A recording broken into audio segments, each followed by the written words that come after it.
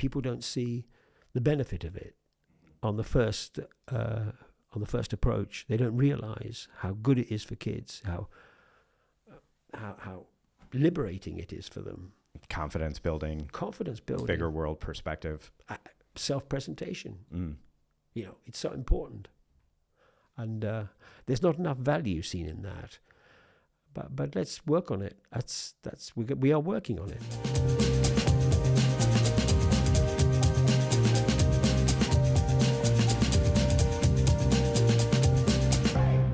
Hi, I'm Zack Newmark. This is Dam Yankee. Don't forget to like, follow, and subscribe on YouTube or wherever you get your podcasts for all the best interviews with the coolest performers based here in the Netherlands and those traveling through the country.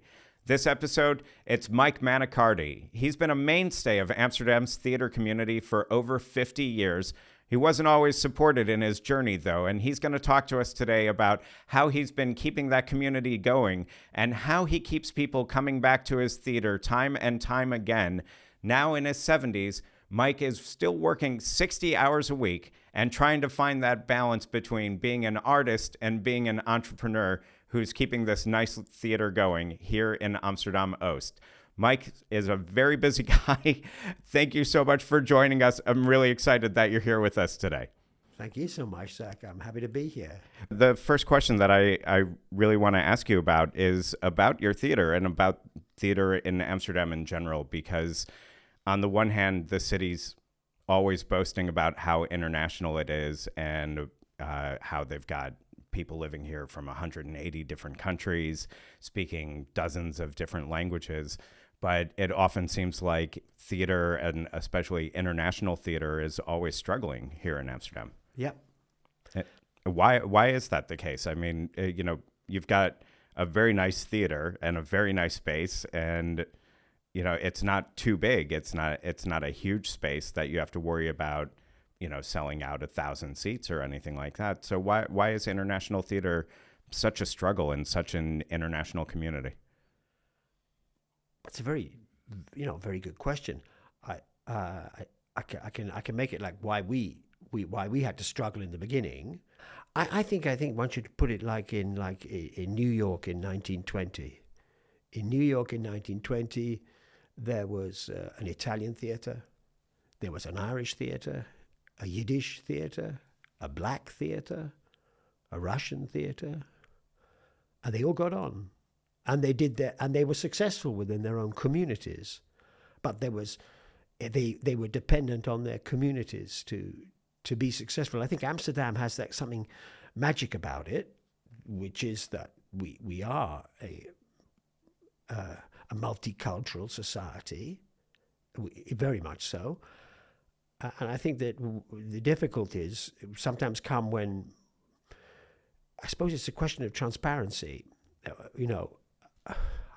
I don't want to be negative about it, but I think that when we started, we were criticized a lot because we would do anything to cover the costs, and the building itself does cost enormous amounts of money. It's an old monument which we have to renovate and care for, and so there's always this balance between the financial cost covering and the creative choices that you make, and so now we're in a good situation because I've got a really good team around me who are helping artists, actors, all artists working on a voluntary basis. We do have obviously freelancers as well. And I think that now I can really see the future is extremely exciting, but it's only because we work damn hard. Mm-hmm. And, you're a part of the community now, and you're a part of, in fact, this neighborhood that we're sitting in Amsterdam and on the east side of the city right now is where your theater is based. You weren't always embraced by Amsterdam or embraced by the community. I mean, just after getting access to your theater and your current space, your building was attacked and people were trying to quite literally smoke you all out of the building. Right. No, I mean, yeah, that's the truth. But they said, what doesn't kill you makes you stronger. And I was thinking to myself, I mustn't tell Zack, too much about the blues. I should talk about the positive things, the good things. But I do think that the fact that things were so difficult in the beginning made us much more creative. I think that if things had gone as we wanted, like we hadn't had the setbacks we had another theatre round the corner. There was an old bus station that we turned into a theatre, a community theatre. And when that broke down, and when the government wanted to rebuild it and turn it into a university, just 100 meters from where we are now, because we were so successful over about 4 years, they created a theatre, because theatre had suddenly become something worth doing, and we were excluded from taking part with that theatre. And then the local councillors came to me and they said, "Listen, Mike, we know it's a complete mess. We're sorry about it and all this, but actually they're going to pull that bathhouse down. Would you like to use the bathhouse?" We said, of course, yes, but you won't get a penny from us. You'll just have to do the whole job yourself. And I said, don't worry, we'll do all that. And so at that age, when you're that age, you do all that, and you rebuild the theatre, and you fight to survive. I think that the fight to survive, to create theatre, is very important, because it opens one to more possibilities. If you were just given money and grants to do things, people get lazy. But if they have to fight to survive, they come up with some really good ideas often. I mean, it's kind of that classic idea of the paradox of show and business put together, right? I mean, the artist in you wants to do whatever vision or whatever idea it is that you have in your head. And of course, then there's the money side of things. And when you're in an old bathhouse that needs to be kept up, but at the same time needs to preserve its monument status. Right. It kind of puts you in a bind where you really have to come up with more clever ways of making money. Right. Exactly. And I assume that's kind of how you got into doing some more of the popular productions that you've been doing every year, because not a lot of people turn sitcoms into running stage productions.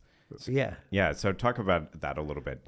It's so nice you recognize that, Zack, because it is the truth that in a way, we were doing a series of the Irish plays. We were doing the trilogy of Sean O'Casey, the Dublin trilogy, and that's quite serious, heavy stuff, and beautiful drama, wonderful drama. And then we said to ourselves, look, we've got to come up with something, because there are people coming, but we need to try something else. And so it was like a real nightmare. We went, well, let's work on something that's really commercial, because that will pull the people in, and we hope. So we went to it with serious worries, but it was actually extremely joyful to do, because you brought all the hard work and the artistry into something and put it on a different level. And I think that really was a breakthrough. And some of the plays that you're doing, I mean, we're talking about seasons of the TV show Allo Allo, which, maybe as an American, I didn't grow up with it. I didn't really learn about it actually until I came over here. But you've done, dozens of, I want to say dozens of productions of that. It's all also original, because, they have had a play. We first started, they had when... it's a lovely story. The actors were all professional actors, and they got wonderful comic actors from the theatre in the original company. They were all like professional actors who worked on the stage all the time, and they put them together in the play format. The play format was also a rip-off. It was a rip-off from a serious Belgian, Belgian play series about the resistance in Belgium, and they saw that and thought, well, we can turn this into a comedy, which they did. But what I wanted to say was, so they have like 8 seasons, about almost 50 episodes, And then the actors started dying because they were getting old. And they lost this actor, then they lost the next actor.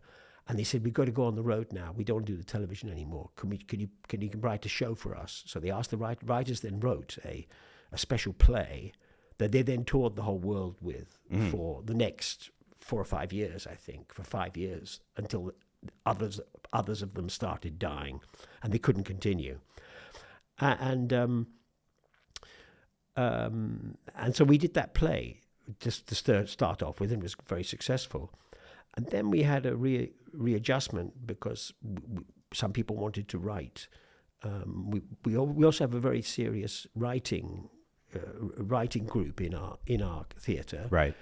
We have like regularly one-act plays with downstage left, and I work very close with them, and lots of them are the actors who've always worked with us, and it's extremely enjoyable. They're coming, in fact, in the beginning of December with they've written 4 or 5 one-act plays with Christmas themes for the audience, which is going to be joyful.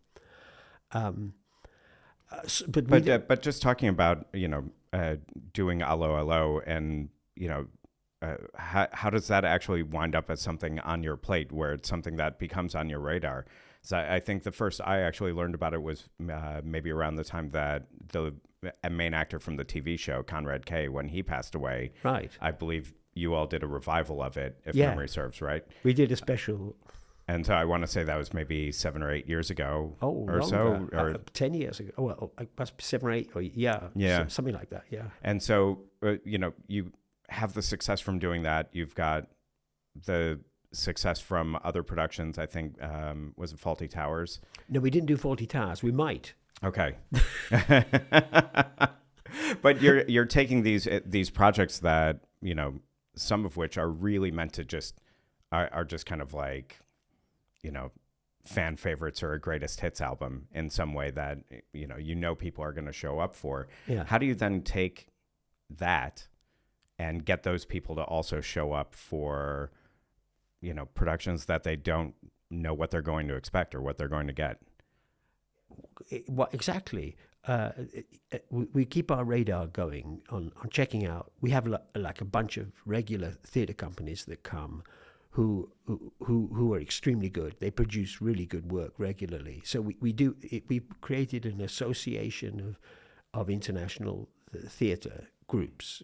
So we have like about 5 or 6 or 7 companies, like from Rotterdam, Groningen, Utrecht, Leiden, all over the place, with different, and Brussels as well now, who produce wonderful work, like 3 times a year, new productions. So they always come, and so we've kind of educated our audience. No, that's not fair. We've introduced them to our audience, and the audience sees that they are good, and so they look forward to seeing them. Mm-hmm. And so we kind of constantly watching what would be the best quality for our audience. What's so wonderful is that we notice that our audience comes to see almost everything. Like you put in a new play between something that they might recognize, like the group that's coming this weekend comes from Rotterdam, and they've done all kinds of stuff. They've done Noel Coward. They've done men dressed up as nuns. They've done all kinds of weird stuff. And that's weird. Well, it is relatively weird. Yeah. Okay. Yeah. No, but I mean, I don't know where you come from. No. That's not. I mean, it's not. That's not weird. That's funny. That's just really funny and enjoyable. But the audience love them for that. But then they're coming with a play for the dictator this week, which is a new play they've written, and we recently we've been doing workshops on playwriting with Dennis Burke, and he's an Irish writer who's been working with us for more than 10 years. He was in all the plays that we did, and he's still in all the plays I come up with when I can get time to do anything. But what I wanted to say is we balance the what one could call the successful things or the things that the audience do. I think it goes back to the traditional repertory theatre thing. Like, I don't know if you have that in America, but in I come from a mixed background, of course, but I grew up with that there would be theatres in every major city, and they would produce every year a combination of classical stuff with new stuff, and then very successful stuff, and maybe something that's for children or whatever. And they have a variety program in their program, so people always know there's something interesting coming. Now, we've noticed that our audience comes to see the new plays as well as the classics. So I don't know their names, but I see people coming in and I recognize them, and they come and see everything. So I go, hello, good evening, yeah, hello. I don't know what their names are. I don't know who they are. I just see them all the time in the theatre. And I think that we're now developing a kind of an atmosphere where theatre is something people really want to come out and see. And we have this magical building. It's an amphitheatre. It's got beautiful acoustic. We have been lucky, you see. So the difficulty I talked about at the beginning, if I hadn't had that difficulty, we wouldn't have rebuilt this broken old bathhouse into a magical space, which it is. 100 people can sit and watch in an intimate way. I like that so much. With 100 people on 3 sides, all around the actors, no, not all around them, on like half a circle, it makes very intimate theatre, which means that the audience shares the ideas and shares the emotions that the actors go through. So it's also a wonderful place to play. I'm also an actor, and like years ago we had a famous Dutch actress came and played in a production of a play, and she played like 3 or 4. It was sold out like for a week or something. What's her name? Kitty Courbois was her name. She was a lovely old actress, and she was very famous. And they were doing a special tour through small theatres. And she came to me afterwards and she said, Mike, I'm playing all my life in these big theatres where I don't see anybody, and I just do my stuff. And after I've done it, I go back to the dressing room, I have a drink, and I go home. But when I come to your place, Mike, I can feel the audience breathing. I feel I can let myself go, and at the end, I can talk to them. And I think that is something that makes it very special as a location. This intimacy, like 100 people, is okay. If you sell out 100 seats, you can cover costs. You can make sure that the groups that come from Rotterdam and Groningen can all. We work with a kind of co-creation system, which that we try to be as fair as possible with the theatre companies. Well, here's the thing that I'm wondering, because now you're an actor, classically trained as an actor. Yeah. Also a writer. Mm-hmm. Also a director. But you're running this theater, which means you're also an entrepreneur. Right. Even if it's run more, like a nonprofit, where you have volunteers and you're working with volunteers, you still have to be very entrepreneurial to get people in and to keep the theater running and to solve problems. At what point has one of those identities kind of taken over? I mean, have you had to put more of your acting and directing on the back burner so that you can keep the theater running?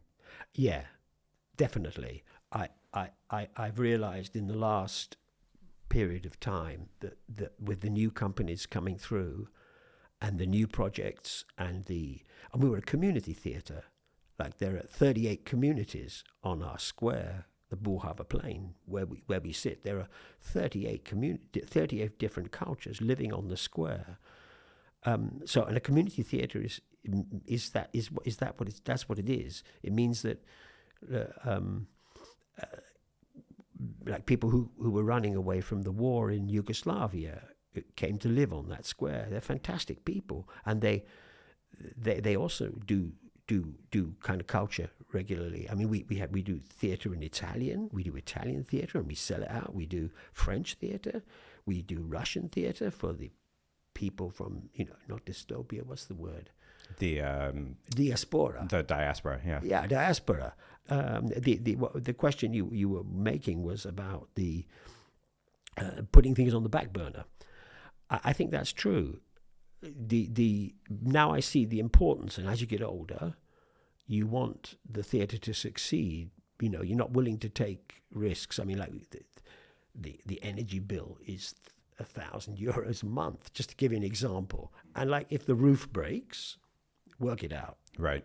So, and you've got to also look after the monument. So you're constantly thinking, how can we make enough, capital?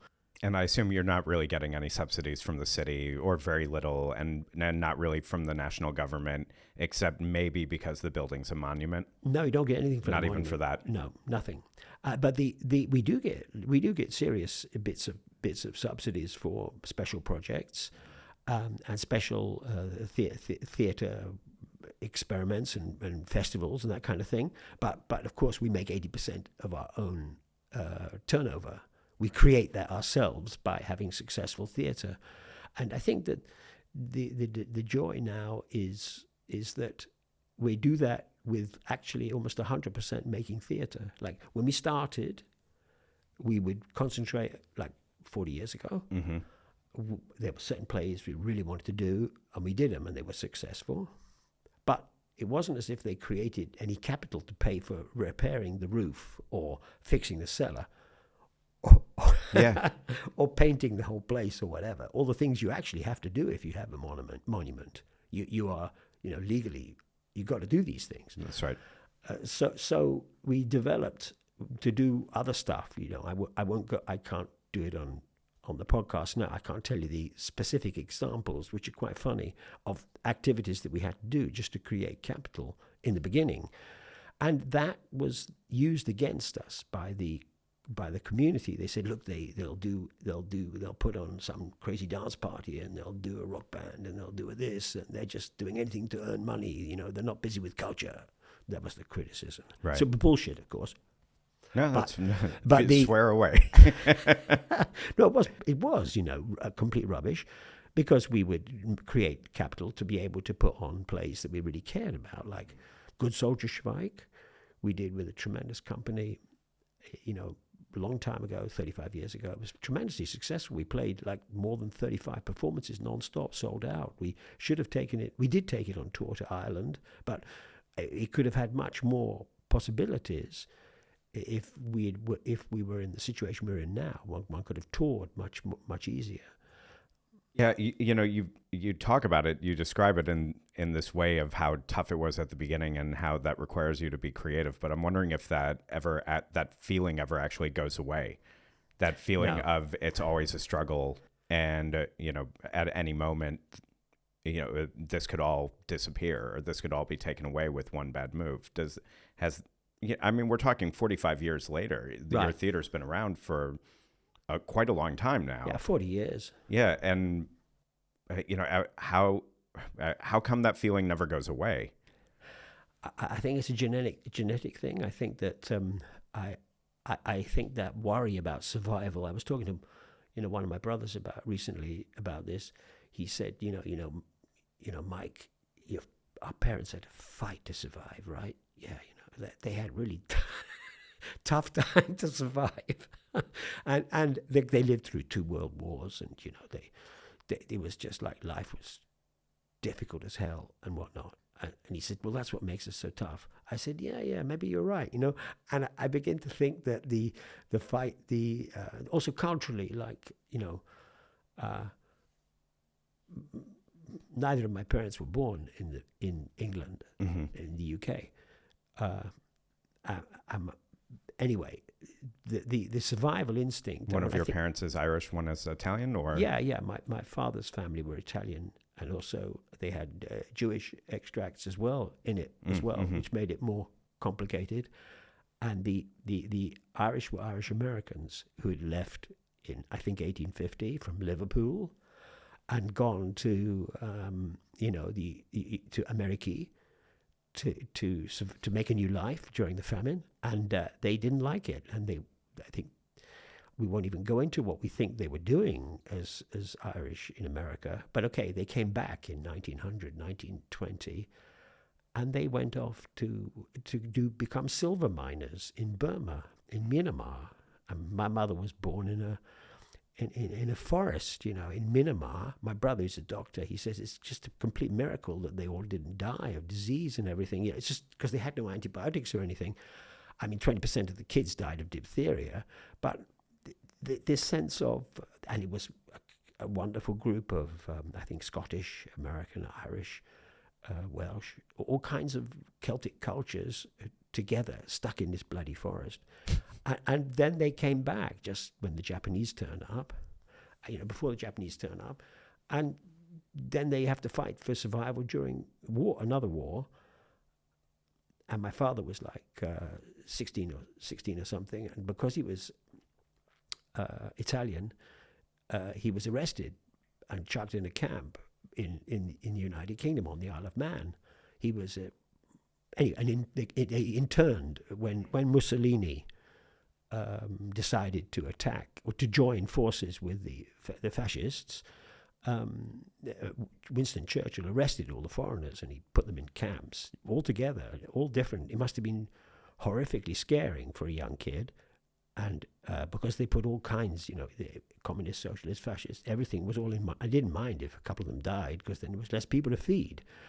And he never told us about that. You see, that culture never told us about that because they came from a background where you didn't talk about things that weren't really. And he was ashamed. I only found out after he died that he'd been in this camp, and he carried that with him all his life. And I think that, and his brothers went back to Italy and fought with the partisans in the mountains against the fascists. And so I think that there's a kind of historical background of survival that is quite useful. That's amazing. And you didn't know any of that about your father? Didn't know any about it, no, because he wouldn't talk about it. And how did your mother get from a baby born in the jungles of Burma to England at some point? Well, they went to Cornwall. Mm-hmm. The boat took 3 months. In those days, the boat took 3 months. And they survived the journey, which is also a miracle in itself, right? Yeah, exactly. Yeah. And then they went to Cornwall, right down in the south, where there was a massive Irish community. And they got taken in there, and then the war breaks out, and she joined the army. Wow! And she became, and so she was a concert piano player, and she gave that up to raise a family, But she went to the Royal Academy of Music, which is amazing when you think she only arrived in England in about, I don't know, when she must have been 13 or 14 or something. Is that where your interest in the arts comes from? Is that from your mother's? I think it must be, actually. I begin to think it must, but it's not also that. It's also from my father's family. They were painters in Emilia Romagna, which is like in North Italy, in the area of near Modena. Reggio Emilia, it's beautiful country, and they were, one of them was a painter. He's quite a famous painter. His name was Cirillo Manicardi, and he was a sort of successful painter. And I suppose that kind of, my grandmother was, the Italian grandmother was tough woman, because his wife had died, and so she had to bring up the family. And so I think my father had a terrible time, from a very strict mother, Yeah, right. That's what I mean. So, when you think of the background of these people, I'm very proud of it, of course. Mm-hmm. Yeah, and are you the only one of your? How many siblings do you have? You have four. Are you the only one that went into the arts? Yeah, I am. I was the third, and I think my eldest brother had all the stress from my parents, so he has to become a doctor, and my eldest sister has to become a professor with economics and that kind of stuff. They got all the stress, and the third one comes along, they go, oh, fuck it. They let you get on, Right. And so I was lucky, but I was always entertaining. I was always entertaining when I was playing banjos and things at 6 and entertaining the whole family very early, Mm-hmm. And, were they all supportive of you? Yeah, they were. They loved remaining in the arts and staying in the arts? Yeah, they were totally supportive. No pressure on you to get a quote-unquote real job? Well, they wanted me to be a classical actor, Mm-hmm. but I wasn't really interested in that, because I'm also, a director and I write stuff as well. Well, but also growing up in the 60s, Yeah, you know, the 70s. definition of the 70s, the definition of a classical actor also was completely changing as well. Also on the Italian side, Absolutely. as you know, we're talking, you know, the era of moving into Fellini and absurdism in film, but also on stage as well, right? Yeah, it was quite. I got an equity card after the Royal Academy, and I worked as television and also in theatre. But at a certain point, you know, it was so unbelievably boring. It really was boring because it was very old-fashioned. And we said to ourselves, all the students, we got together, and we said, look, let's make our own theatre company, and come on, we're sick of this. We don't care. We'll go on tour. And we did it, and we were very successful. We won a prize at the Edinburgh Festival, and then we got a little grant from an Arts Council grant to tour. And at a certain point, it was a no-brainer. We had so much work in Germany and Italy, Switzerland, and Poland and Belgium. And we played Rotterdam, and then we got invited to come to Amsterdam, and that's how I came. What was it about Amsterdam in the 70s and then the early 80s that really resonated with you, that kept you here? I think it was that it's just that, you know, I really love Amsterdam, and I think it's a wonderful city. And the thing that charmed me was that it was possible to live and work here, and people accepted you for what you did. And there was also so many different people, you know, doing tremendously interesting, exciting artistic things like sculptures and painters and musicians from many different cultures, all working together in a very friendly way. That's unthinkable from where I came from, that you'd have so many different cultures. It was so exciting. It was an exciting place. I could work 24 hours a day as a theatre artist. I could teach at the university, and I could earn some money that way. I worked at the Melkweg 2 nights a week teaching theatre. The concert venue, which, for people who don't know or aren't in Amsterdam, you know. It was a fantastic location. Brilliant venue, yeah. Brilliant venue, and it was more brilliant, you know, please forgive me, years ago, because they were Before open. they did their rebuild. They were wonderfully open to creative things and up for working together, cooperating together, creating really wonderful atmosphere with tremendous artists. For me, it was actually an artistic choice, because it meant I could create stuff, I could write, I could direct, I could work now and again as actor, but I could earn enough money back from that without having to go on tour all the time. Mm-hmm, mm-hmm. And I was basically sick of touring. I was sick of being in a bus, and one day, you know, Amsterdam, next day Bochum, next day Berlin, next day Warsaw. You know, at a certain point, it gets tiring. You lose sense of who you are, because you're constantly moving to the next performance, next city, and that became a. You know, I didn't like it at a certain point. So I was so happy that to create a home in Amsterdam, and also the fact that such nice people. It was such a tremendously positive, very modern society. That's why it's so exciting with with the new government that's come to the Netherlands. Is that I think we're going to get back to, you've got these wonderful young politicians who want to support culture, look after old people, you know, do all the good things that governments should do. Look after the schools, see the roads work and the trains work and all these things, and try to keep out of war, you know, as much as possible, and look after the people who are in the country.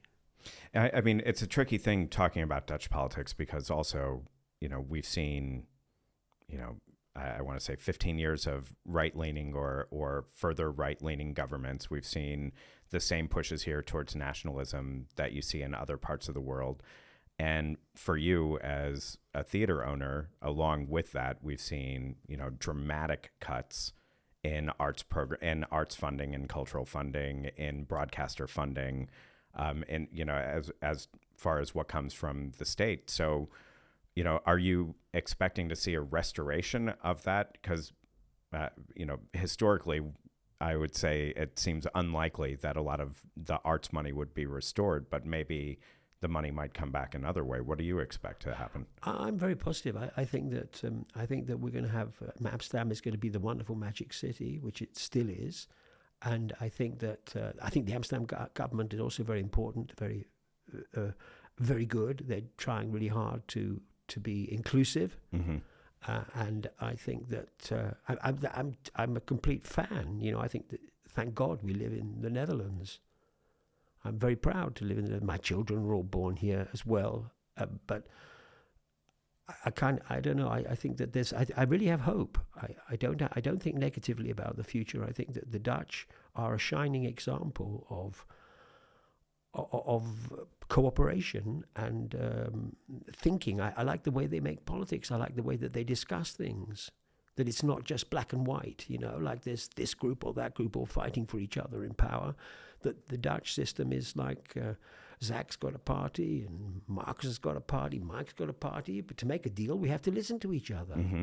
How wonderful. That's tremendous. I've been saying that for years, that I like the way that politics here happens, and that you wind up with 10 parties in parliament, or, well, now maybe it's a little bit much. We have 15, 16, 17 parties in parliament, but it's always been something that I've liked, that it's not you're in this camp or you're in that camp, and this camp hates that camp, and that one hates this one. And, you know, I'm sure it comes out of the idea of negotiating where the dams and the dikes were built, you know, and that culture that comes out of it. Yeah.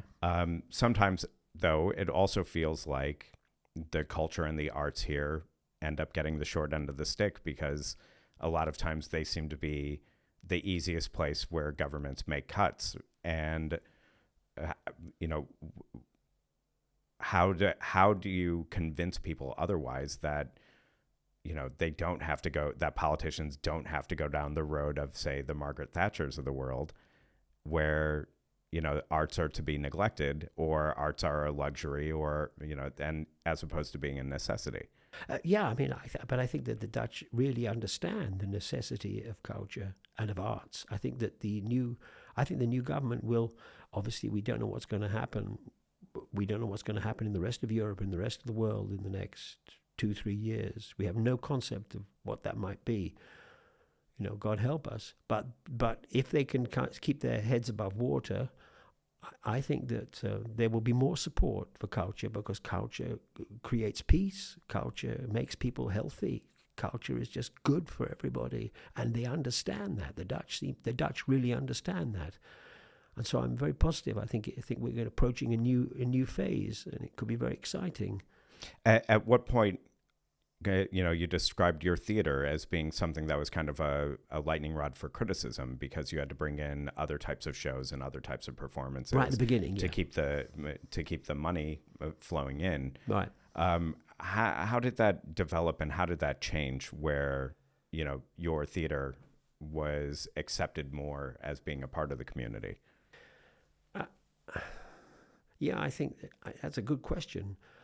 How that happened, I think we just, because we kept on producing good work and we kept on supporting different groups, they suddenly realized that we were actually doing the right thing, that they'd been trying to subsidize or whatever, and we were just doing the right thing. And I think that also it's undeniable how many people come. Like, we've almost sold out all the time. Which is amazing in its own, I mean... Right, which is amazing. Just for context, it's how many people sit in the theater? 100. Okay. About 100, like 3 nights is 300 people, you know. So we have like usually now three shows on a week. Usually, like we had a lot of new international groups coming. We had a wonderful Irish girl, Eve Dunn, who came 2 or 3 days ago for just one night, and she's been sold out all over Ireland, and she's doing a kind of satirical comedy talking about the death of her mother, which is a lugubrious subject, but she managed to bring tremendous humanity to it, to make people laugh, and how it changed her life. You know, it's a wonderful play, and she's coming back in February. Eve, it's going to be sold out again, but she just like we just sold it out within 2 days, and we have a great German company from Berlin that from the Ernst Busch Theaterschule, and they came like at the end of came in September, and they did a Dario Fo play, The Accidental Death of an Anarchist, which is a tremendously funny play and very topical right now, and they sold out. Completely unknown people all our audience came to see them, and it was fantastic. And so they're coming back, I think, in February as well. I hope so. They said they want to come. So we kind of combine global and local. I think global and local. Because you also have a lot of local improv comedy and comedy that's at your theater as well.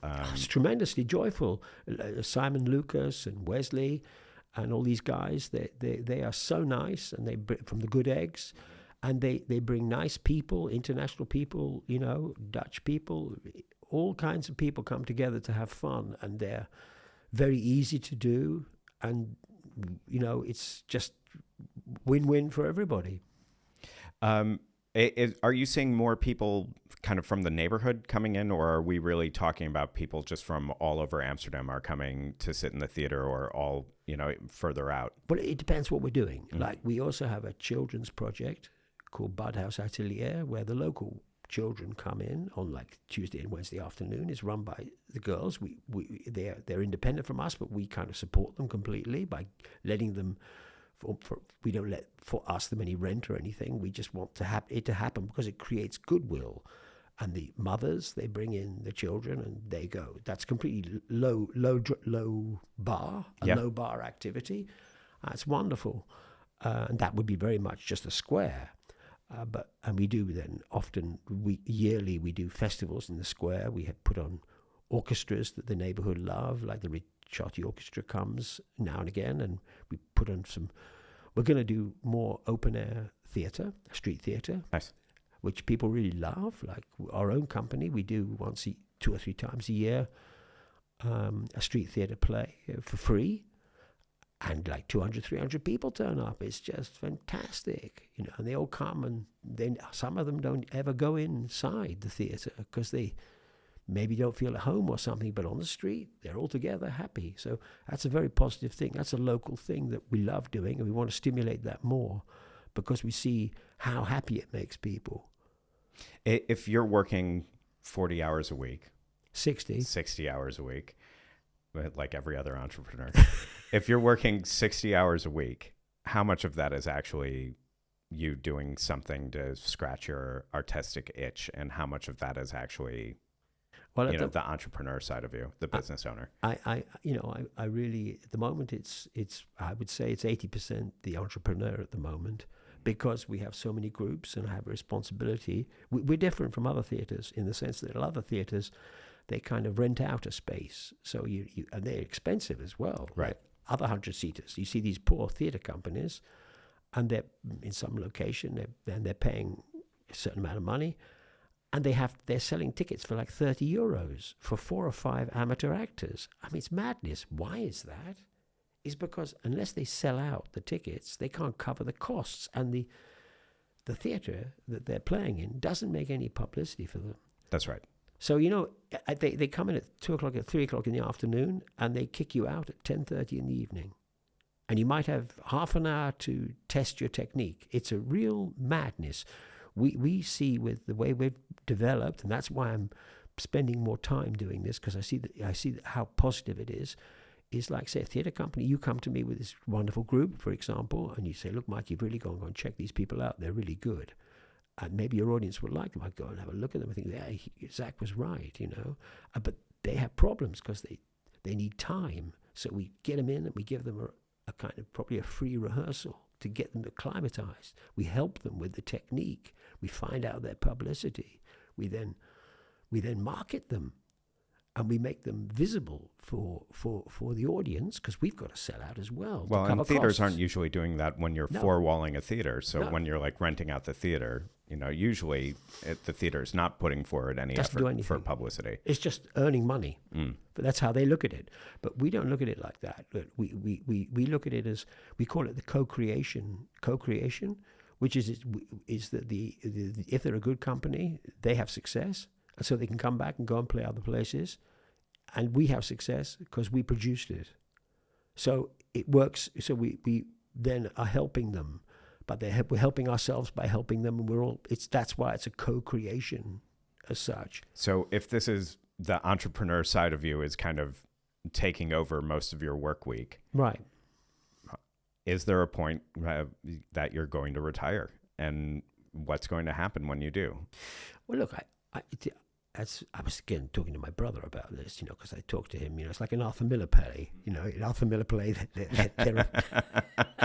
they say, oh, my brother, he came to see me, in Death of a Salesman. Retirement of a theater owner. No, but I mean, I don't think you ever retire. I think that, I hope I don't drop dead, in the wrong moment, but, I think what keeps me, it's so exciting. It's such exciting work, Zach. It's, I love my work, and I was saying to my brother, look, what else would I do? I love it. And occasionally I get acting parts where I can have some fun, and I can educate, or I can help work with young people. I can stimulate them to learn all the techniques of lighting and design, and also selling productions, marketing productions, and also running the bar. I don't have to do all that stuff. I can be more of a kind of consultant. Mm-hmm.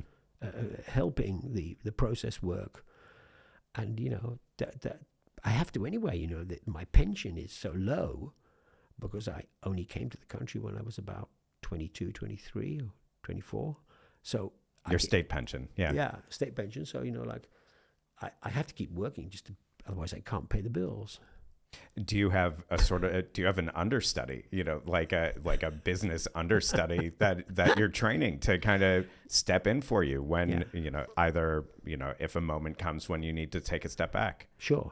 I am thinking very much about the continuity of the theater, because it's so successful and it's so joyful, and it makes so many groups and our audience so happy. I'd like it to continue. So I've got some really good young people, specialists, like mostly people who came along and said they wanted to act with us. Mm-hmm. And then they played a small part, and you got to know them, and you thought, what are you actually doing? Oh, I've just finished marketing, or something. And you go, oh, wow, would you like to help? And then they come and help, and you start paying them as a freelancer, and you realize these people are totally trustworthy and they love the theater.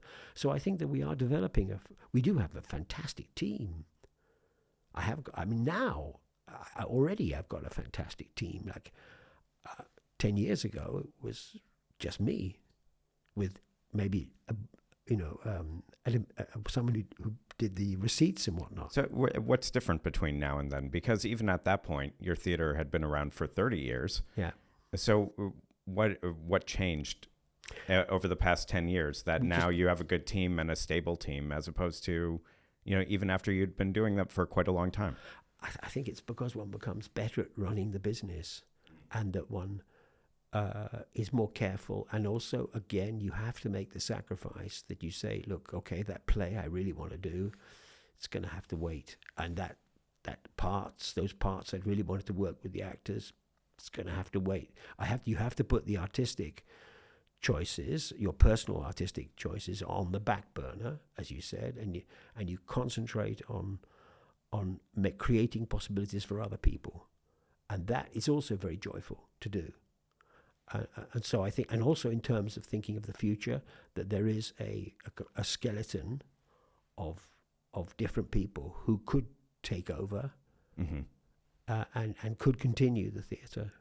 So were you doing more acting and directing 10 years ago than you are now? Yeah. I was doing like 3 or 4 productions a year, and I was acting all over the place and doing jobs here, there, and everywhere. I was doing much more. Was that a sort of a hard pill to swallow 10 years ago, to say, you know what, if I really want the theater to be successful, I have to run it. It's got to be, my full-time thing is running this, and I can't spend as much time acting. I can't spend as much time directing.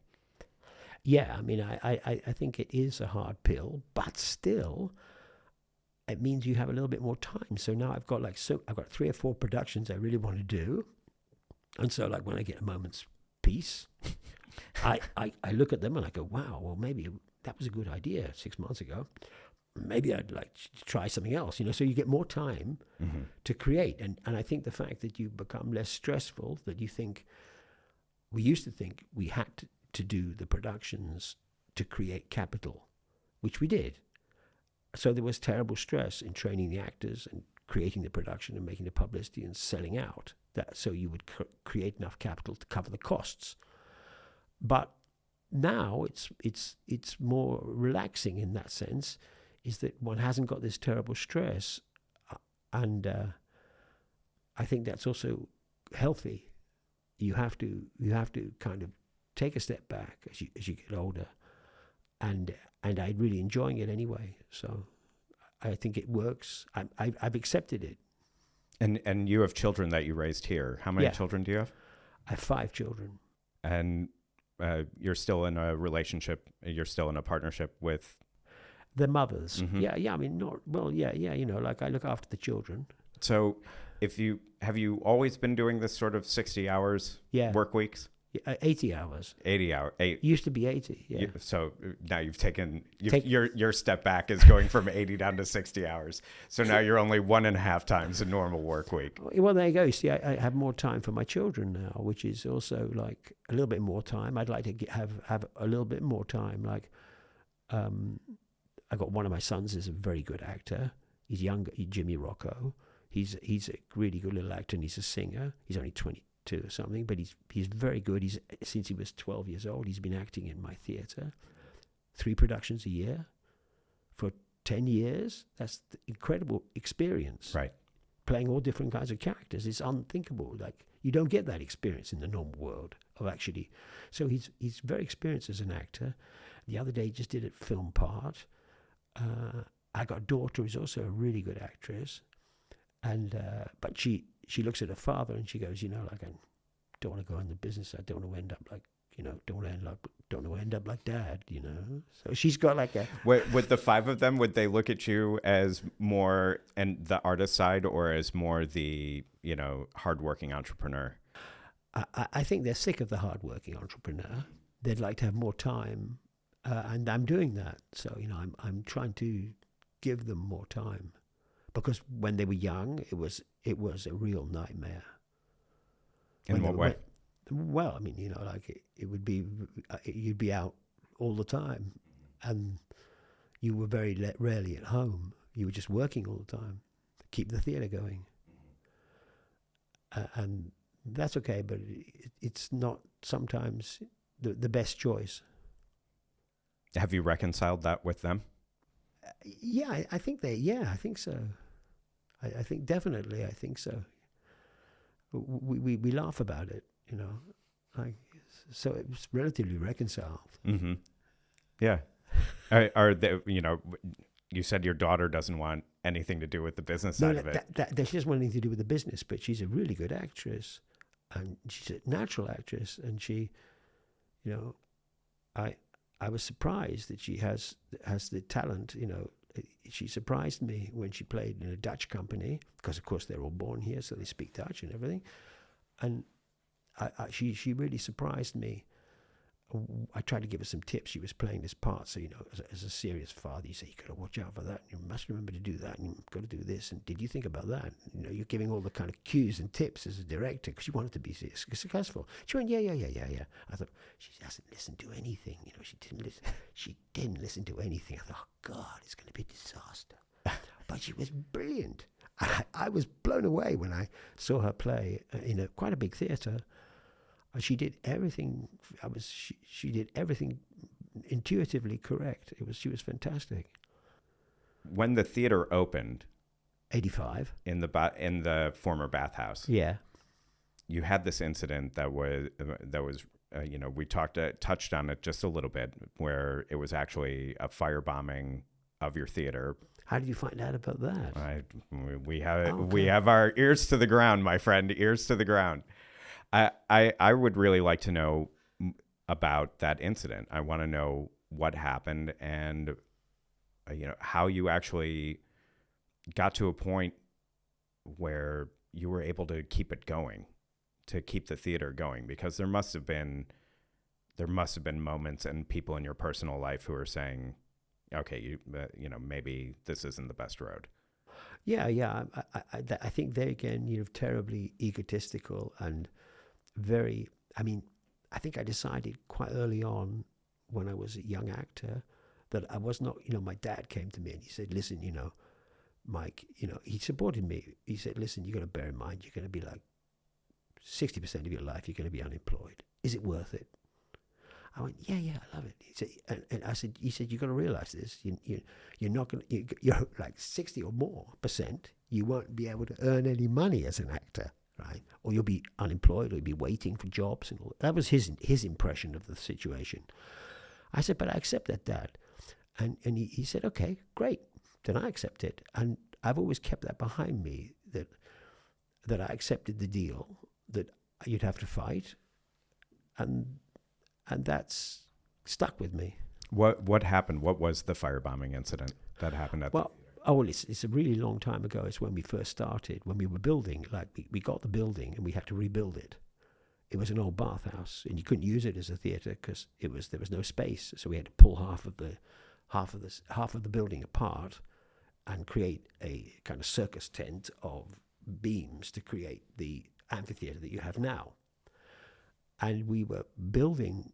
It took us about 2 or 3 years to do this. And meantime, we were also performing in other places to earn capital.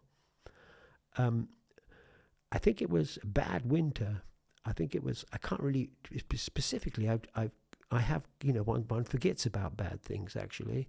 I hadn't mentioned, when you brought it up, I hadn't thought about it for years. But it was a period when in Amsterdam East, like in the 80s, in the 80s, it was a ghetto. Mm-hmm. It was an old Jewish part of town, and it never really recovered. After 90% of the local people were taken away and murdered, I think it was a dump. Like, it was a lot of bad housing and old housing, and so there was a very kind of low level. The normal Dutch had gone to live in Purmerend, or gone to live in Almere. Almere hadn't come yet. Just outside. First it was Purmerend, So the normal Dutch had left, moved out to get a better house, and only the very poor stayed. So there was a kind of a criminality, and it was a ghetto. Mm-hmm. Really was, and it was it was dangerous, and that period of history, there was also kind of fascist parties. They existed. And they couldn't stand us because we were foreigners, and so they tried to burn us out. But it didn't matter; it didn't work. So that was that. I think they all got arrested, and they're all dead now. So it doesn't matter. So you're doing fine. Yeah, but it was. I think it was very hard at the time. But trying to burn you out of the theater, and on the one hand, you've got it's a very clear message. What were the messages of support? No, that made us there was a period when we really went underground for about in the beginning, probably for about 10 years, we turned into we went underground to keep our heads down and not get involved with anybody else. And we to survive, we had to be very tough with our security, and that was a dilemma because we were forced to hide almost as an artistic organization. It meant that people couldn't see what was going on. We became like a bunker, and that could be one of the reasons why we had a lot of trouble in that period, because nobody knew what was going on and what we were doing, running a kind of a secret laboratory, theater workshops, doing lots of experimental productions, super things, but we were afraid of the outside world, so we were in a bubble of security. And looking back on it, what are you proud of in terms of how you handled the situation, and what do you wish you had done differently? I mean, obviously, quite a serious thing. Yeah, it went quickly. It came and went. It came and went. It was gone. I think that I had some really nice Dutch people who were helping us at that time. And mates of mine, like there was people who lived on the square who were builders, and they saw that we were really serious artists and that we were rebuilding this crazy old building, and they supported us for free. And so these were poor people. These weren't like rich people. These were people who day to day they got up and they went out and fixed cars, and the next day they built houses, and the next day they did this. They were all odd job people, but really salt of the earth people. And they fell in love with us, and they really liked us and became friends forever. So we did have that kind of support. We had quite a tough support. Things that I'm very, very proud of the last 10 years, really. Like in the last 10 years, there's been an explosion of international groups. Like about 10, 12 years ago, there were probably 3 or 4 groups in the Netherlands who did international work. Mm-hmm. And they weren't really very good. They were pretty amateur, but they were nice people.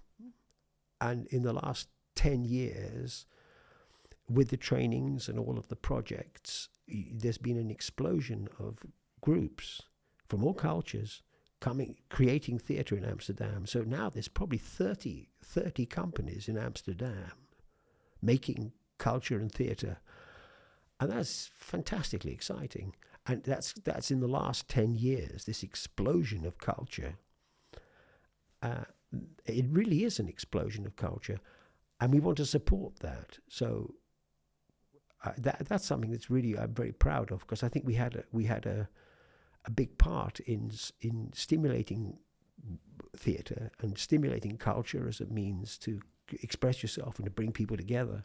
And moving forward from here, what do you have to do to get more of the sort of Dutch established media or Dutch, the sort of Dutch world, as opposed to the international world, to actually sit up and take notice at what you're doing? Well, I think the Dutch world does sit up now and know what we're doing. I think that we are getting much more attention. People realize that we are a special kind of cultural project that caters as a community theatre from the youngest people are 4 years old and the oldest are 85. Wow. And so we have all these different groups. We've got like an old people's orchestra. Mm-hmm. And there you go. I'd like to put a push out for that. We have places for people who'd like to make music, older people who'd like to make, even if you have handicaps. We have once every sort of 10 days, mm-hmm. we have a musical group that comes together and they make a little orchestra, but it's old people. I think the average age is probably 68. But by God, they're really good. And they're always ready. If someone plays a clarinet or something, they come on in, they give them the music, and the people, once they come in, they never leave, So that's something it's a great project, but there again, it's very low bar, mm-hmm. but it's really joyful to do. And moving forward, also, what are some of the things, some of the projects people can expect to see at the theater in November and December and January? Yeah, right. What do we have coming up? Well, we got some. I'll try and remember. I'll get my idiot board out.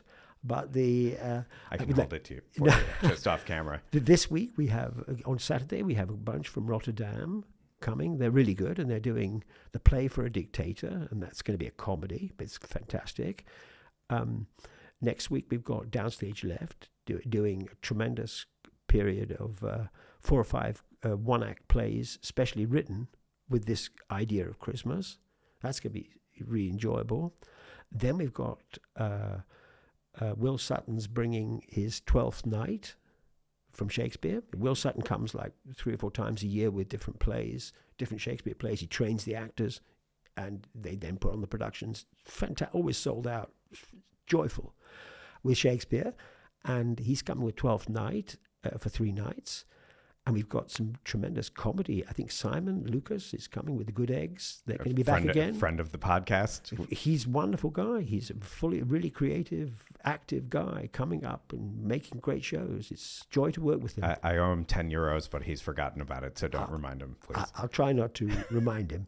And then we got in January, we have a group coming from Prague in the Czech Republic, and they are a international Shakespeare company, and they're doing something at the beginning of January, which is going to be exciting.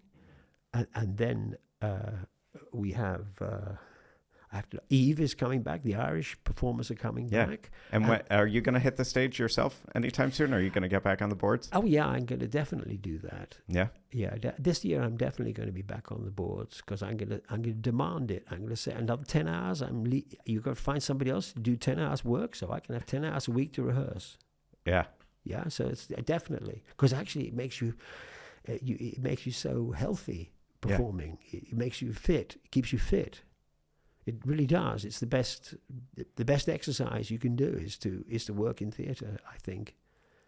And I guess then that's maybe my last question is, are people doing enough to encourage their kids and encourage their family to get into theater or to do the performing arts? And are we, how can we foster that more? I agree with you. I think that we have to foster that more. I think I come from a background where theatre and music was part of the weekly routine as a child. And I'm thankful for that, because that gave me a basis to become an actor. I think we are working with 52nd Street, which is a really good, in Amsterdam East, a really good Dutch youth company. And they come like 2 or 3 times a year. But there needs to be more done in schools. There needs to be like help.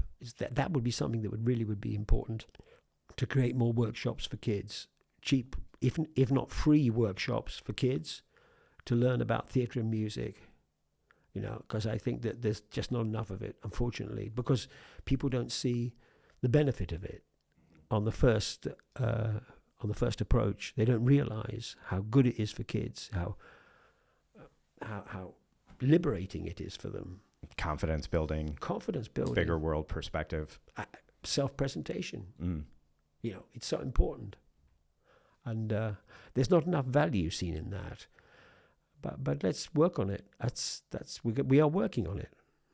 Mike, with regard to, bringing more children in and, as we were talking, expanding worldviews and more participation with the performing arts, why is it so important to do performing arts, whether it's theatrical, stage plays, performing music, working in film or writing? Why is it so important to do that versus, being immersed in an online world and just hanging out and playing Roblox or Fortnite or watching Netflix all day? I totally agree with you. I think, absolutely, Zach, I think that we are going to do more workshops, free workshops. We're going to try and organize budget so that we can do free workshops for the local children. And you and I both agree that you develop self-confidence, and it's good for your self-image. That there's got to be more concentration on music, singing, playing an instrument, and acting. Working in theatre and the arts is so good for kids. And we're going to try and do as much as we can with that. We do work with, I forgot to mention it, we do work with a wonderful group in Brussels. They're coming again in February, called the EYT, the English Youth Theatre from Brussels. They did 2 or 3 productions, a tremendous production. Lord of the Flies they did last year, was tremendously successful. And they're a youth group. They ages about like 15 to 21. And they take it seriously, and really nice people. And I think that we've just got to try and get some more budget for doing free workshops, so the kids don't worry about it, and the parents aren't going, we're not going to give them any money for that. It's a waste of money. That's unfortunately a little bit of the attitude in Amsterdam, is the parents think it's not a good investment in their children.